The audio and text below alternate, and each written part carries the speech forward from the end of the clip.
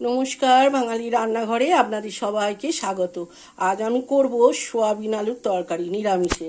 কিন্তু এই সোয়াবিন আলুর তরকারিটা একবার এইভাবে করে দেখবেন।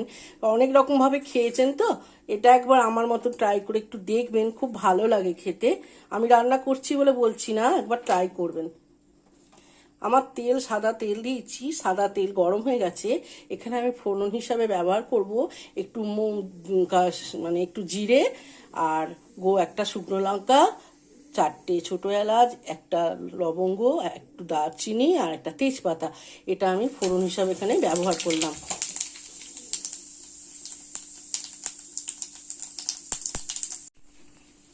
এবার আমি এখানে একটা মশলা তৈরি করে রেখেছি। মশলাটা হচ্ছে একটু আদা, সামান্য আদা আর 4টে মতন কাজু বাদাম আর একটু চারমগজ দিয়ে একটা মশলা বানিয়েছি। এটা এখন এখানে দিয়ে দেবো। দেওয়ার পর এটাকে খুব ভালো করে একটু কষাতে হবে, আদার গন্ধটা যেন চলে যায়।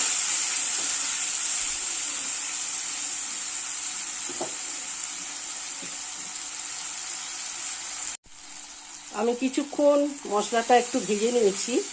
এই সময় এখন দিতে হবে অল্প একটুখানি ঝাল লঙ্কার গুঁড়ো দিলাম, আর দেব জিরে গুঁড়ো, আর দেব পরিমাণ মতো একটুখানি হলুদ গুঁড়ো, আর দেব পরিমাণ মতো লবণ।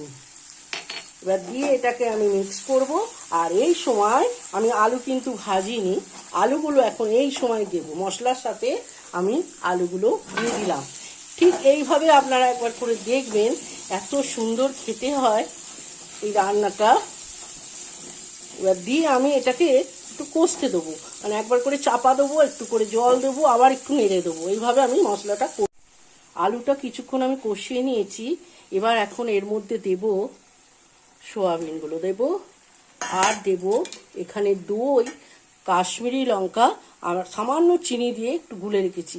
এটা এখন আমি এর মধ্যে দিয়ে দিলাম।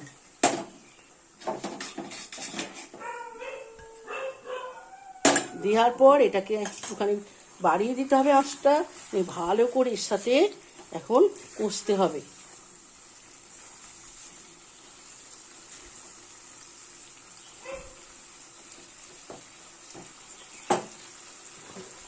এবার আমি অল্প করে ঢাকা চাপা দেব, আর আঁচটাকে একটু কমিয়ে দেবো, গ্যাসের ওভেনটাকে একটু কমিয়ে দিলাম, নিয়ে এখন একটু হতে দেবো। এবার আমি ঢাকনাটা খুললাম, ওই 4 মিনিট মতো রেখেছি, 5 মিনিটও নয়। এখানে এখন দেব আমি একটু গরম জল। গরম জল ব্যবহার করতে হবে,